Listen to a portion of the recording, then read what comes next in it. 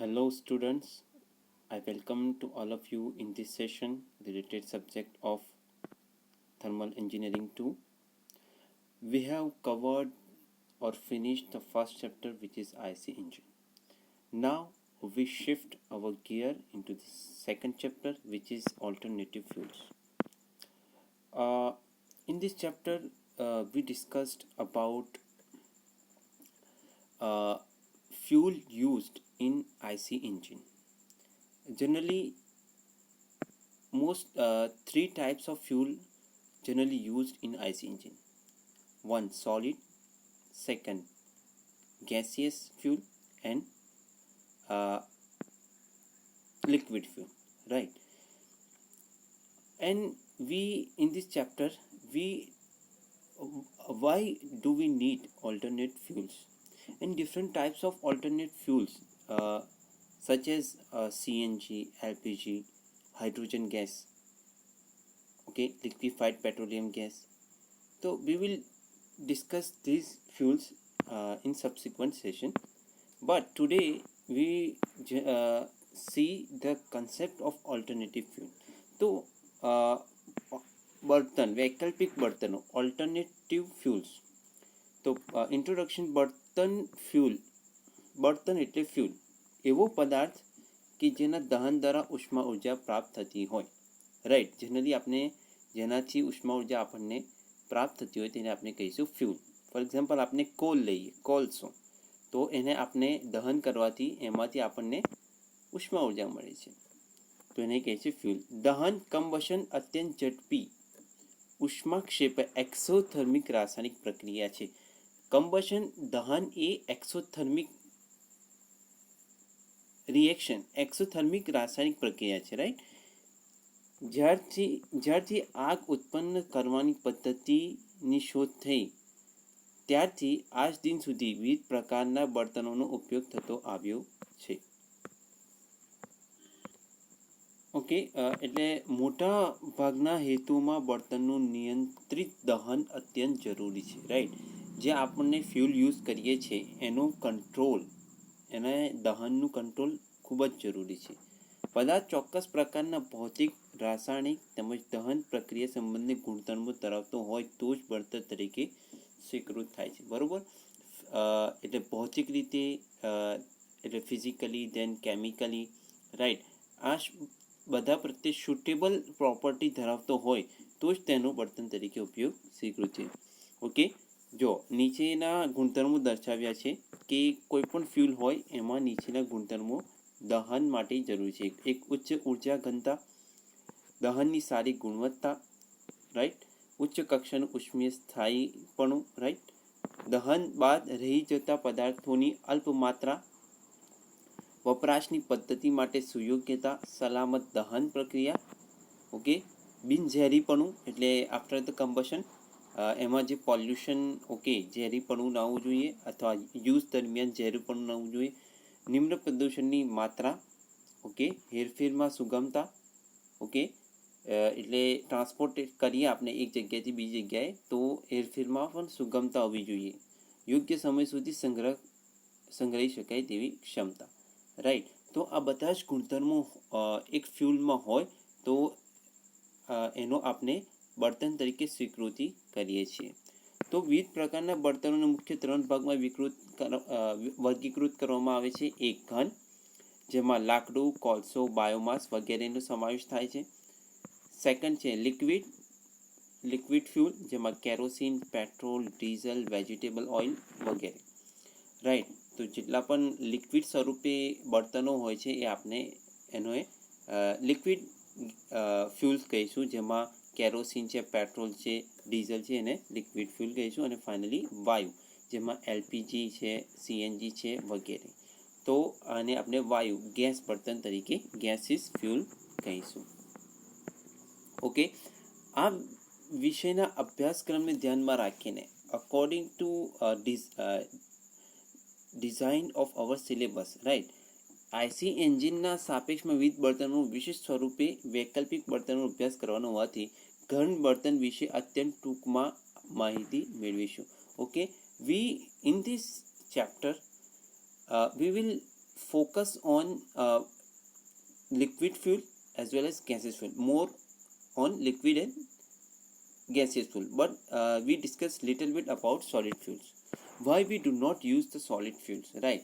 તો માનવ સંસ્કૃતિની શરૂઆત લાકડું, છાણ, એગ્રીકલ્ચર વેસ્ટ, ઓકે, ઘાસ છે, સાટી કડા, પડાળ, એટલે કુશકી, નાળિયેરના કૂચા, ઓકે, તથા કવચ, કપાસના છાલા, તો આ બધાનો જેવા ઘન બળતણોના વપરાશથી થઈ અને ત્યારબાદ ખનિજ કોલસાનો ઉપયોગ સુધી વિસ્તાર પામી. એટલે આપણે જ્યારે સંસ્કૃતિ ઇવોલ્વ થઈ રહી હતી ત્યારે આપણે ઘન બળતણ તરીકે એગ્રીકલ્ચર વેસ્ટ છે, લાકડું છે, નાળિયેરના કૂચા, તો આ બધાનો આપણે બળતણ તરીકે ઉપયોગ, ઓકે, વપરાશથી બળતણ વપરાશથી થઈ, ઓકે, ત્યારબાદ આપણે ખનિજ કોલસા ઉપર આવ્યા, ઓકે, માઇનિંગ થયું, એમાંથી કોલ મળ્યો, એનો ઉપયોગ થવા લાગ્યો, રાઈટ.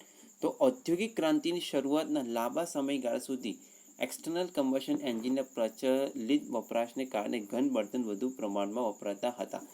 એટલે ઇન્ડસ્ટ્રીયલ રિવોલ્યુશન જ્યારે બિગિન થઈ, શરૂઆત થઈ, ત્યારે આપણે ખનિજ કોલસો જે હતો એમાં એ આપણે એક્સટર્નલ કમ્બશન એન્જિનમાં યુઝ કરતા હતા, જેમ કે સ્ટીમ એન્જિન, રાઈટ. વરાળ એન્જિન આપણે જોયું, એમાં એક્સટર્નલ તરીકે આપણે કોલસો, એક્સટર્નલ કમ્બશન એન્જિન જેને કહે છે, જેમાં ખનિજ કોલસાનો ઉપયોગ કરતા હતા.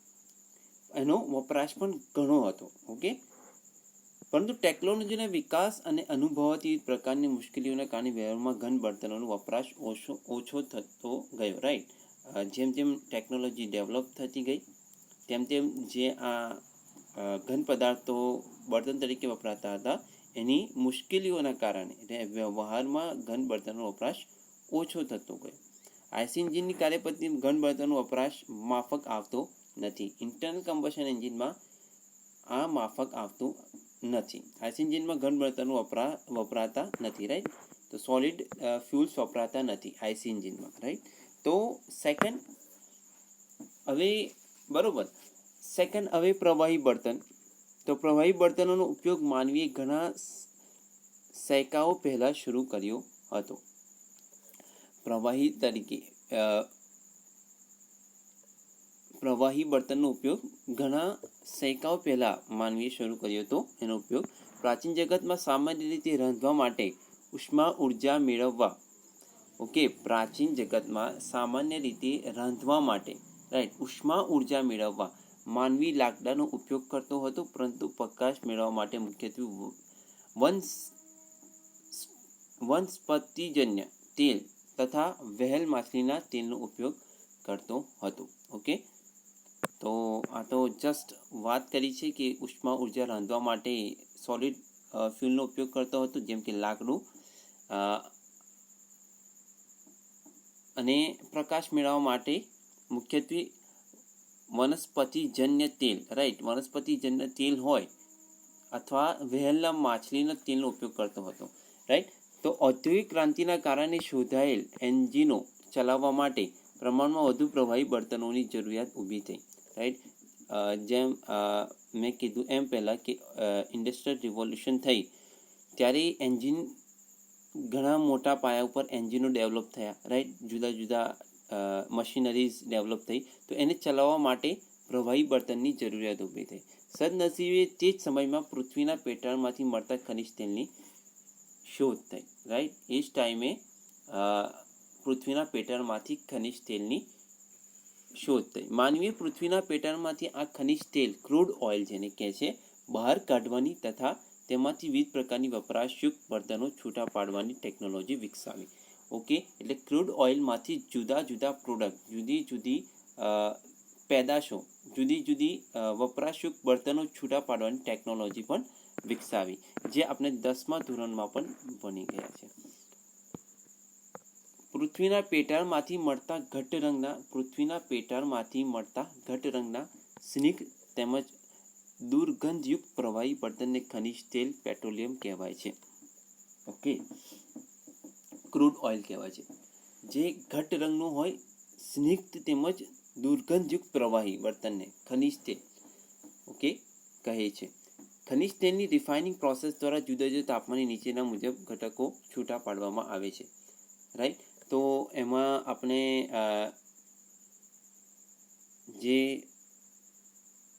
આપણને ક્રૂડ પેટ્રોલિયમ મળ્યું છે એને રિફાઇનરીમાં આપણે પ્રોસેસ કરીએ છીએ. જુદા જુદા તાપમાને આપણે જુદા જુદા ઘટકો એલિમેન્ટ્સ મળે છે, જે નીચે દર્શાવે છે. પેટ્રોલિયમ ગેસ તો 40 ડિગ્રી સેલ્સિયસથી નીચું તાપમાને આપણને એલપીજી સ્વરૂપે ડોમેસ્ટિક તથા ઇન્ડસ્ટ્રીયલ ફ્યુલ તરીકે, રાઈટ, આ છૂટો પડે છે.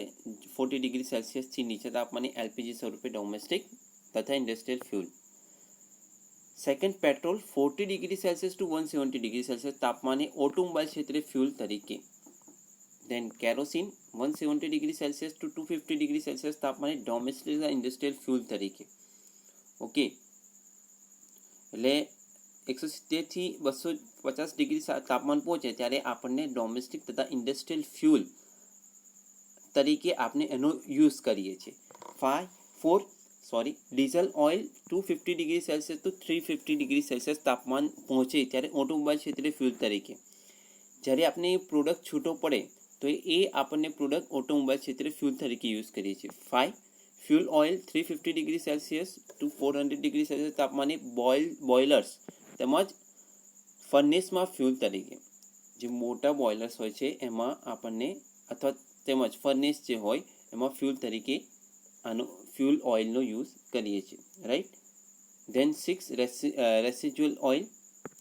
તો આપણે આ જુદા જુદા પહેલો જોયું પેટ્રોલિયમ ગેસ જે 40 ડિગ્રીથી ઓછા તાપમાને પેટ્રોલ ક્યારે મળે 40 ડિગ્રીથી 170 ડિગ્રી સેલ્સિયસ તાપમાને, જેનો આપણે ઉપયોગ ઓટોમોબાઈલ ક્ષેત્રે ફ્યુલ તરીકે કરીએ છીએ. કેરોસીનનો ઉપયોગ આપણે ડોમેસ્ટિક ઇન્ડસ્ટ્રીયલ ફ્યુલ તરીકે કરીએ છીએ. ડીઝલ ઓઇલ જે ઓટોમોબાઈલ ક્ષેત્રે થાય છે, જે સીઆઈ એન્જિનમાં થાય છે. ફ્યુલ ઓઇલ જે બોઇલર્સ તેમજ ફર્નેસમાં ફ્યુલ તરીકે ઉપયોગ કરીએ છીએ, રાઈટ. હવે લુબ્રિકેટિંગ ઓઇલ, રેસિડ્યુઅલ ઓઇલ જે આપણને ફાઇનલી જે રેસિડ્યુ આપણને મળે છે જેને આપણે લુબ્રિકેટિંગ ઓઇલ, પેરાફિન, વેક્સ અથવા આસ્ફાલ્ટ, ડામર તરીકે ફાઇનલી મળે છે. રેસિડ્યુ તરીકે આપણને લુબ્રિકેટિંગ ઓઇલ, પેરાફિન, વેક્સ અથવા આસ્ફાલ્ટ જેને આપણે ડામર કહીએ છીએ મળે છે, રાઈટ. તો પેટ્રોલિયમમાંથી પ્રાપ્ત થતા વિવિધ ઘટકો ફ્યુલ સિવાય વિવિધ કેમિકલ પ્રોડક્ટ માટે બેઝ મટીરિયલ તરીકે ઉપયોગમાં લેવાય છે.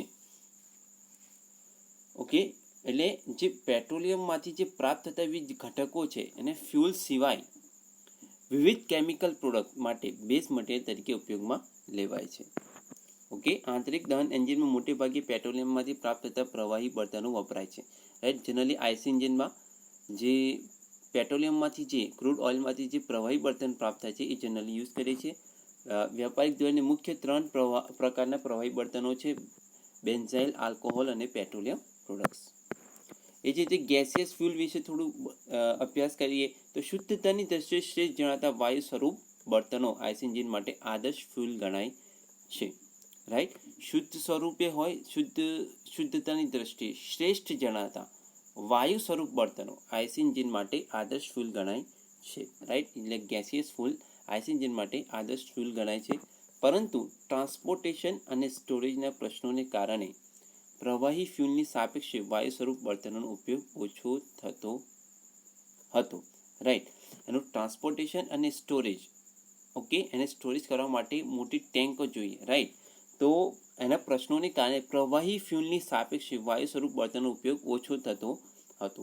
હાલમાં ટેકનોલોજીના વિકાસ તથા પેટ્રોલ, ડીઝલ જેવા પ્રવાહી ફ્યુલની વધતી જતી કિંમતના કારણે એલપીજી, સીએનજી તથા બાયોગેસ જેવા વાયુ સ્વરૂપ બળતણો આઈસી એન્જિનમાં વપરાવા લાગ્યા છે. ઓકે, કે day to day increase in fuel price such as petrol, diesel, therefore we shift focus on LPG and CNG which is natural gas, right. હવે આ એલપીજી અને સીએનજીનો ઉપયોગ કેમ નહોતો થતો? તો એનો જે ટ્રાન્સપોર્ટેશન, ઓકે, અને એને સ્ટોરેજ કરવા માટે ટેન્કો મોટી જોઈએ એટલા માટે એનો ઉપયોગ નહોતો થતો. હવે ધીરે ધીરે ટેકનોલોજીના વિકાસની સાથે પેટ્રોલ અને ડીઝલની જેમ એની કિંમત પણ વધવાથી આપણને એલપીજી તથા સીએનજી અને તથા બાયોગેસ આ બળતણો આઈસી એન્જિનમાં વપરાવા લાગ્યા છે. વાયુ સ્વરૂપ બળતણો થી ચાલતા વાયુ સ્વરૂપ બળતણોથી ચાલતા આઈસી એન્જિનને સામાન્ય રીતે ગેસ એન્જિન કહેવામાં આવે છે. ઓકે, એટલે ગેસ સ્વરૂપે જે ગેસ સ્વરૂપ ફ્યુલથી જે આઈસી એન્જિન ચાલે એ સામાન્ય રીતે ગેસ એન્જિન કહેવામાં આવે છે. તો આપણે અહીંયા વૈકલ્પિક બળતણોનો અભ્યાસ કરતા પહેલાં આઈસી એન્જિનમાં મહદઅંશે વપરાતા લિક્વિડ ફ્યુલ દાખલા તરીકે પેટ્રોલ ડીઝલ વિશે જાણકારી મેળવવી અત્યંત આવશ્યક છે. રાઈટ, તો પેટ્રોલ અને ડીઝલનો આપણે અભ્યાસ કરવો અત્યંત આવશ્યક છે. દેન આપણે ફોકસ કરીશું ગેસિયસ ફ્યુલ પર. ઓકે, તો અહીંયા આપણે સેશન કન્ક્લુડ કરીએ છીએ. We will continue our session. Okay, thank you. So we will continue our session, next session. Okay, we will continue in the next session. Thank you.